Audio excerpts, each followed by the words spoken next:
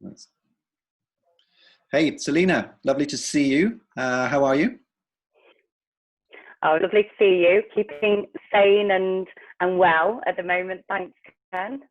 Excellent, excellent. So I noticed your article for the Drum magazine recently, and we'll Yeah. get on to talking about the content of that in a moment, but it described you in there as a sustainability consultant, an event producer, and co-founder of The Bulb, an agency that we'll talk a little bit more about in terms of its work around sustainability. But just tell me where you are right now in terms of your work and career.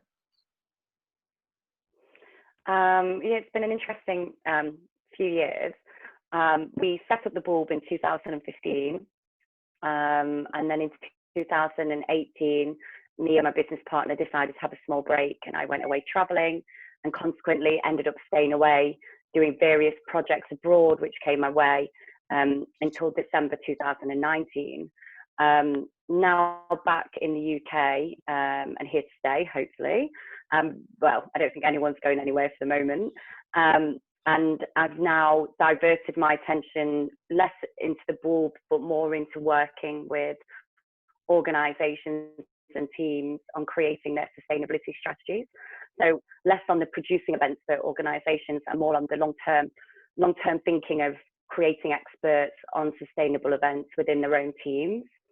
So I think that's more important. I don't think sustainability can be taken seriously unless everyone's on board. And I also think for companies, they should have that expertise in-house and be able to build the foundations for their events and campaigns moving forward on having that expertise and those working practices and operations. So that's what I want. That's what I'm doing now, is working with those teams to create that level of expertise in-house. So yeah, it's been very interesting, and it's really good to use my sustainability expertise with my event production expertise and putting that together, because it means I understand how things in reality work and whether they are going to work, and if that's a logical way to suggest producing an event which is both sustainable and with an event producer hat on as well. So just trying to merge both worlds together. Yeah, and with those companies, I'm curious, what is it? What are the main things that they're looking for that they feel either they can't do or haven't done yet? What's the sort of support that they're asking you for? So it's ranged from working on individual large-scale events and creating that build sustainably to re-looking at the operational practices. So I think for many companies, sustainability is a little bit overwhelming and a bit scary, and not, if you're not quite sure how to how to approach it, it can seem a bit scary. And so bringing me or someone similar in to objectively look at the way that they produce events, usually in-house teams, and making suggestions on how to streamline them, which suppliers that they could use who also hold sustainability in good stead, and when they're producing, I really focus on 5 key areas which I developed with the Bulb, which is materials and production, social and local communities, energy, transport, and food.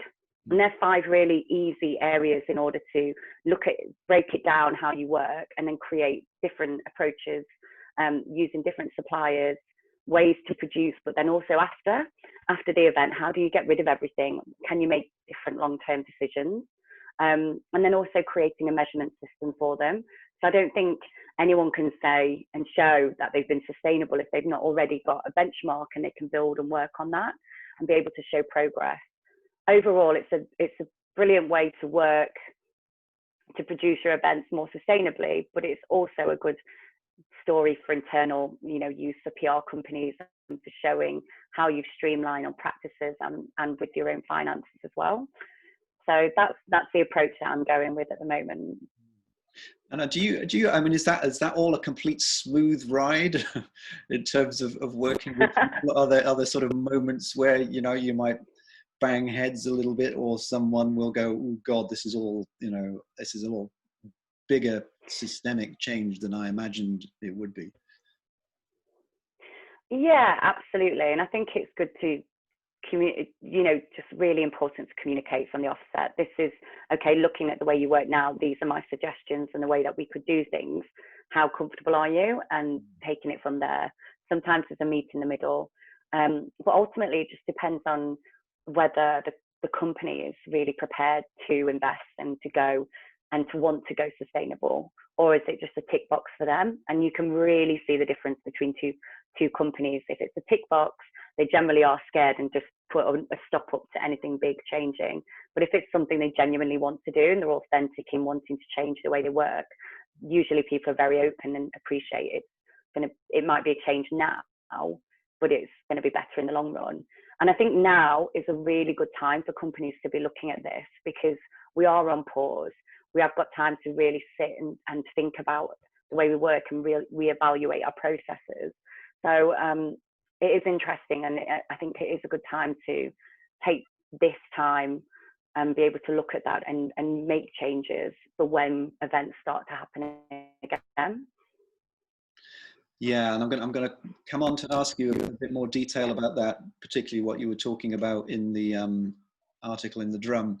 But I just want to ask you first of all a bit more about the bulb and what you were seeking to do with that agency, because it was, at the time and subsequently talked about a lot in terms of the ambition for the agency, what you were trying to do with it. And I know it's no longer your main focus, but it's just interesting, I think, to hear about yeah, definitely how that came about and what you achieved.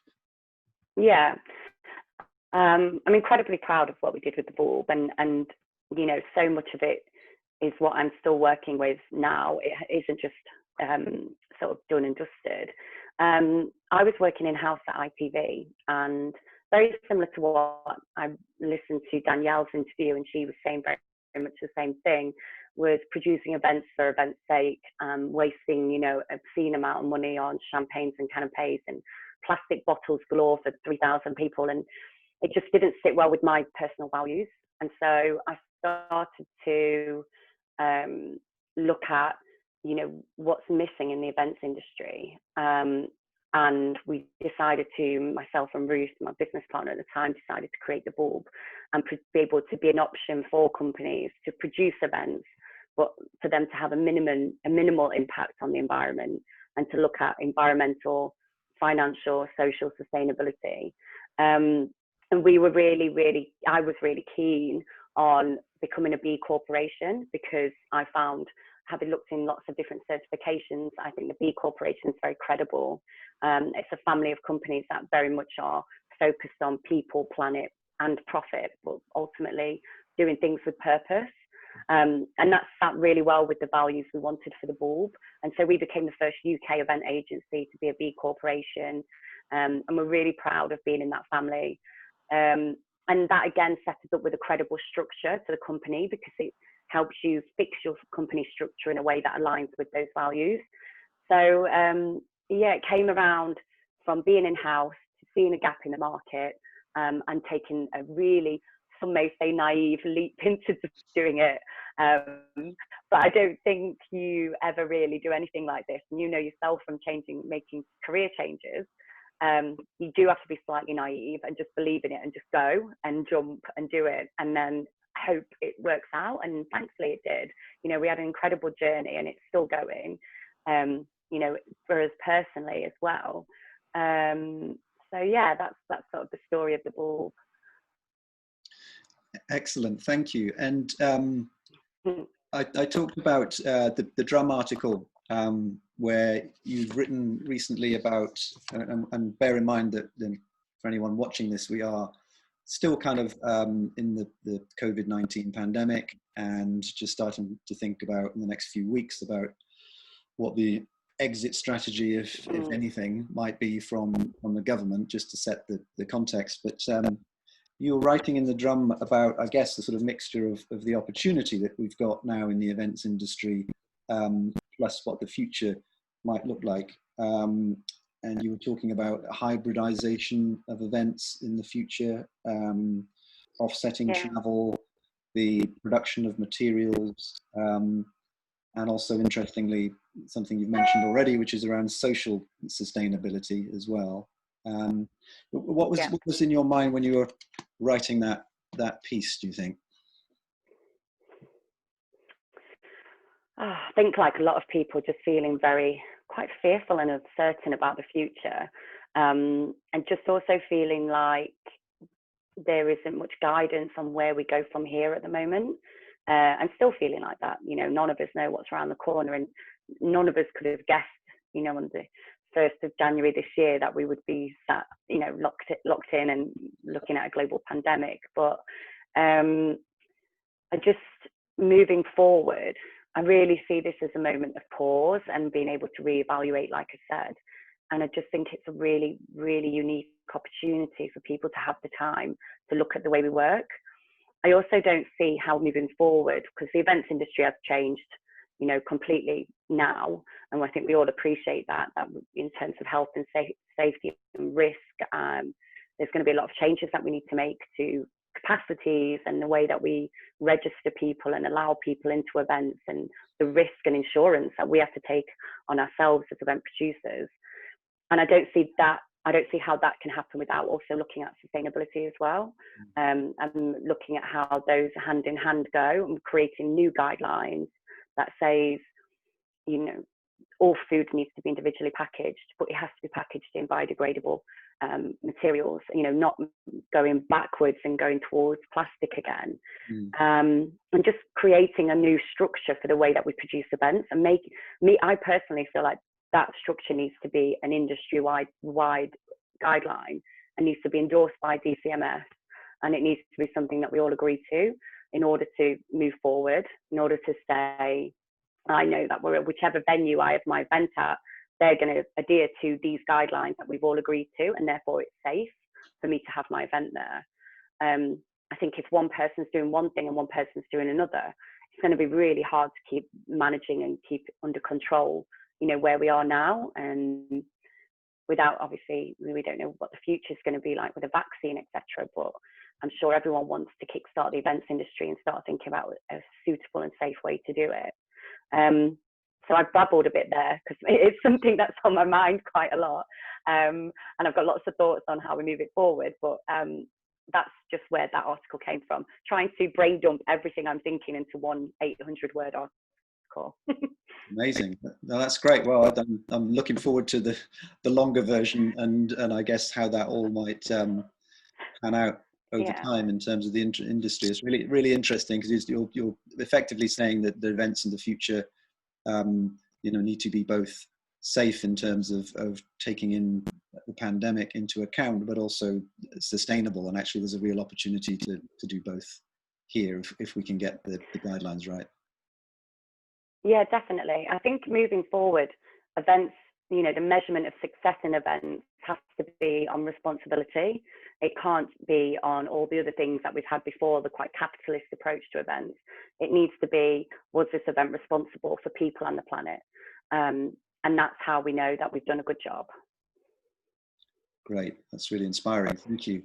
And on that subject of inspiration, I'm curious about your own personal journey, and I guess when you started kind of thinking more about sustainability, because we know a little bit about where your career went, but I'm curious as to that moment where you thought, right, this is what I'm going to really devote myself to. How did that happen for you? When was that first moment? My spark of wow. So all the way back to when I was like 5, I decided that I wanted to be a vegetarian, much to my Irish mother's dismay.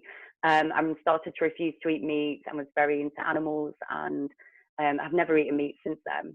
And from that, I got very interested into in animal rights and environmental sort of activism, I guess, from a really young age. And then as I didn't go into the events industry in a normal route, I sort of I did a law degree and was training to be a solicitor, and then decided that my soul was being destroyed by reading 800-page documents, and decided to go traveling, and then moved to London, and sort of by chance encounter got a job working on the World Cup bid for England to host the FIFA World Cup, as we all know how that turned out.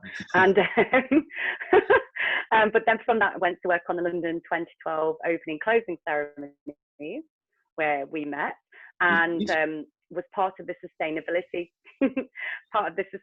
committee. And that was where I realised that sustainability isn't a usual factor in events, and that we're missing a huge opportunity. And I absolutely loved being on that committee, looking at creative ways to make the ceremonies sustainable. And we delivered the most sustainable ceremonies in Olympic and Paralympic history. And that was very much looking at creating all of the strategies, the procurement process, looking at the waste process, the afterlife of everything we did. And we all know that the production of that was huge. And also essentially measuring everything, carbon offsetting, measuring everything we did.